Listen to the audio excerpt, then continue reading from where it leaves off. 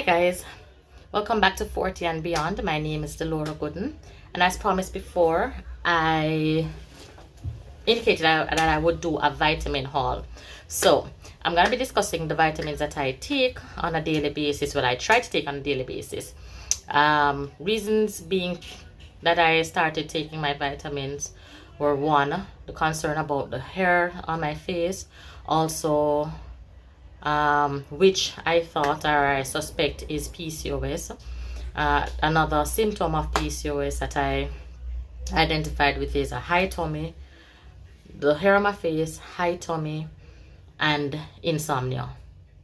Right? So based on, and cystic acne. So when I do get bumps on my face, I realize they're the ones that have that little pus looking thing in there. Right.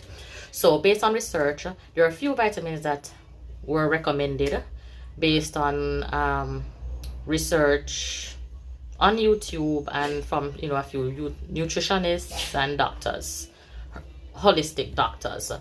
There are a few vitamins that they suggested. Also, I started some of the vitamins are as a result of my concern about getting up to menopause, so the perimenopause state, and hormonal imbalance, and trying to balance my hormones overall, because everything really is linked to your hormones being balanced. So I had indicated to you in I think a prior video that I take flaxseed. I'm sweating because my neighbors are playing music and I don't want to turn on the fan because of the noise, and I'm not turning on the AC because my GPS bill is like crazy. So I'm gonna try and see if I can go through this video without dying off a heat stroke. So I take flaxseed, right? I take it in this form. This is the, I'm not sure if it shows how it should be showing. However, this is the whole seeds. So these are not grounded. But what I do is I grind them and I put them in water in the morning. 16 ounces of water. As I indicated before, when I take the flaxseed, the reason I started taking flaxseed was because of my eczema. So I found that when I took it, because it has omega-3 and omega-6, and I also used to take omega-3 separate and apart from this, but I don't have any right now. It helped with my eczema coming down in my face and the fine bumps on my face and stuff like that. So when I do take flaxseed and take it consistently, I see that it assists me, and also I'm told that it assists with perimenopause. I also take it in the capsule form when I'm lazy. If I don't get up and take it in the morning, I'll just pop a capsule. And also another reason why I take it is because of the PCOS. There is something called seed cycling that they advise of taking flaxseed with pumpkin seed. So I do have the seeds also for pumpkin, so I normally ask my mommy to save the seeds for me, and when they dry I just break off the outer shell and eat the seeds inside, grind it itself, or I just take the capsules. Another thing that I should point out is that when I buy capsules, I try to ensure that I buy the ones that say vegetarian and not gelatin, right? Based on recommendations from doctors and nutritionists that I've watched online.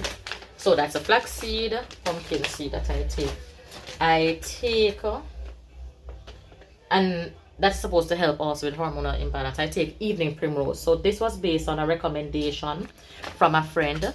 She said her mom told her from a female has gotten to the age of 20, you should take evening primrose because it helps with everything. So the conversation that sparked it was, I said to my friend, how is that your mom ages so gracefully? And she says what her mom told her is evening primrose. Evening primrose helps with everything, and I understand it helps also with hormonal imbalance, but it also helps with menopause. So I've been told by someone that is going through menopause that when she has hot flashes and she takes the evening primrose, it helps her immensely. No more sweating when she takes it, or reduce it significantly. Another thing that I take religiously every day, vitamin C. Right? I try to take vitamin C in a glass bottle, the ones in the glass bottle. And I'm not sure how this shows on camera, but I don't take the one that says ascorbic acid because that is synthetic vitamin C. So I try to take natural vitamin C. So you see it says vitamin C 120 milligrams, and then it says organic fruit and berries blend 650 milligrams, and it tells about camu berry, manioc root, buckwheat berry, blueberry, raspberry, cranberry, cherry, and it has black pepper berry, lemon peel. So yeah, I try to take a natural vitamin C. I don't take ascorbic acid. I used to take ascorbic acid until I found out that ascorbic acid is a synthetic version of vitamin C. Now, another thing is that there are a lot of vitamins that have the synthetic version and they have the organic version. Mark you, they're in a bottle. Who knows what they're putting in it? But I still try to buy what they say are organic, what are, you know, what is supposed to be real. It's a little bit more pricey than the others I've noticed, but why not, right? Another thing that I take religiously is my vitamin D, so D3 and DK. I understand that vitamin K helps you to absorb vitamin 3 better. Now, what I have learned in research done is that most females, well, females with darker skin tones, so, right, people that look like me, we are deficient in vitamin D. So even if you live in Jamaica or live in a country that has sun, it's still, they say that we absorb the vitamin D. It's harder for us to absorb vitamin D than probably a Caucasian person. And we're normally, when tests are done, we are normally deficient in vitamin D. Let me just jump in right here and point out that what I did also in more recent time is to download an app called Chronometer, and what I started to do was to input the meals that I take for the day. No vitamins, I just input just what I eat for the day, and I did it for a whole week. And after the whole doing it for the whole week, it will tell you what vitamins and minerals you're lacking, what you have not gotten in your meals, right? So when I did that, I realized that what I'm taking actually made sense, even though, as I said, I was just taking it based on things that I read. So yes, so vitamin, and especially what is happening now with most persons finding out their immune systems aren't so strong, I don't go without my vitamin C at all. I take vitamin B12, which also helps with which helps with my eczema, because the eczema causes my hair to fall out. It helps for your hair to grow back quicker. It helps with hair growth. It helps with energy. What are the other things that I was told? Oh, let me just go back to the vitamin D. Vitamin D, I understand, even though it says vitamin D, a vitamin D is a hormone, right? So hence, yeah, important to take. So I take vitamin B12. I normally take vitamin B12 alongside vitamin D. The only thing is that vitamin B12 is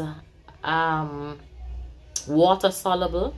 So that's the next thing. I'm trying not to make this video very long, but vitamins can be water soluble or fat soluble. So vitamin D is fat soluble, meaning you eat it with food, you take it with food. Vitamins that are water soluble, you take with water, and they're better absorbed in the body, just like vitamin C is water soluble. I also take zinc, which I understand is very important for persons with PCOS, so hence I take it. I take zinc polynate as opposed to any other one. I understand this is absorbed better in the body, and this is from natural sources also. So on the back you'll see it has organic acai, that's how you pronounce, raspberry, blueberry, strawberry, pomegranate. We in Jamaica call it pomegranate. Right, so it has a lot of milk thistle, turmeric, a lot of natural things in there. So I take this brand, and as I said, I take some of these just based on what I've seen recommended by nutritionists and doctors, and so I just look for what what the back states based on their recommendation. I don't just buy anyone, and I find that, as I said, most of the ones I take are probably a little bit more expensive, but it's worth it, with the exception of, I find this brand micro ingredients, they aren't so expensive at all, and you get a large bag. It's just that it's not in a bottle, but it's a resealable bag. I take DIM also, and this is because of the PCOS, for it's supposed to balance hormones, and I chose this one because it has bioperin, which I understand helps the body to absorb it better. What I have noticed with the vitamins that I take that they say are supposed to be good for hormonal imbalance is that I'm not as I don't what's the want of a better word, I don't get as irritated with things and people. It calms me down. So that's the benefit that I see from taking these vitamins that they say are good for hormones. Sometimes you just get irritated so easily and anxious so easily. I found that they have helped to reduce my anxiety, helped to reduce feelings of depression, helped for me to not be irrational at times. I take magnesium, which I understand is very important also for persons who have PCOS. It's good for balancing hormones also. But I take magnesium glycinate. There's another magnesium that I want to try. I take this one because they say the body absorbs this one better, the glycinate. There's a magnesium treconate, I think it's called. I understand that one is good for the brain. So, and in terms of having your body wind down easier at nights to go to sleep, so I say I'm gonna try that one. I take ashwagandha. It is, I guess it's something that's been around for a while, but a lot of readings that I've done, I've found that they speak a lot about this. What I've found with this is that when I take this along with the magnesium at night, because normally I'm up watching YouTube at night, you see, once I take these, in no time I'm sleeping. And even though I do get up, because I guess it's just a habit of getting up, when I try to get up and watch a video, I find that I can't watch the videos for very long. I've got to go right back to sleep. So I get a good night's sleep with the ashwagandha. I'm not gonna say that this brand is the best. There's another one that I've tried that has been good, but I just bought this one. And I bought this magnesium glycinate. It works very well for me. Another thing that I use, it's not a vitamin but it's a tea, spearmint leaves. I understand that is very good for balancing your hormones. It helps with the reduction of the hair on the face, the excessive hair. What I've found is that, I'm not sure what exactly, if it's a spearmint or the combination of things that I've taken, is that the hair does not grow back as fast as it used to since I've been doing this. So you'll probably tweeze them, and then sometimes when you tweeze, in no time you see them coming back up. No, it takes a little while for them to come back up. Now, another thing that I don't go without, probiotics. I don't have any particular brand that I like. There are a few that I have taken. I was looking for another one that I was taking recently. I'm not sure where it is, but I don't go without probiotics. But see, it says 50 billion CFU. I don't go less than 50 billion CFU, and it's based off reading that I've done. They say for women it makes no sense to go below 50 billion CFU. So this one, it's 2 capsules. I've had another one that 2 capsules give me 100 billion. I used to take 100 billion, but they say you don't have to go, you can go above 50 billion. So sometimes I do, depending on how I'm feeling. What I found that since I've been taking probiotics, normally if I eat like spicy from KFC or anything spicy, it would possibly, the oil would normally ride my chest, and then it's problems the next morning when you go to the bathroom. When I take probiotics, no riding of oil on my chest, I'm good the next day. Nothing really bothers my stomach at all when I take my probiotics. So I don't go without taking probiotics. Every day I take my probiotics. Now, what I have found though in recent times is that if it is That, and I never normally do it before. When I was a child, my mother never did it for me. I found that if it is that my body, I think my body is not absorbing the nutrients from the vitamins as it should. Just one indicator of that is, you get these little sorry, for using the middle finger, but that's where I have one right now, where you have the little skin stripping off your finger, right? Understand that's some deficiency in, I don't know, it's vitamin D, I don't know which vitamin it is. So what I do, and it's based off reading also, I take ID worm, and I understand that if you have too many parasites in your body, it can cause your body to not absorb the nutrients as it should. So I try to do a deworm, and I don't do the sweet ones that you find in the pharmacies. No, I don't do those.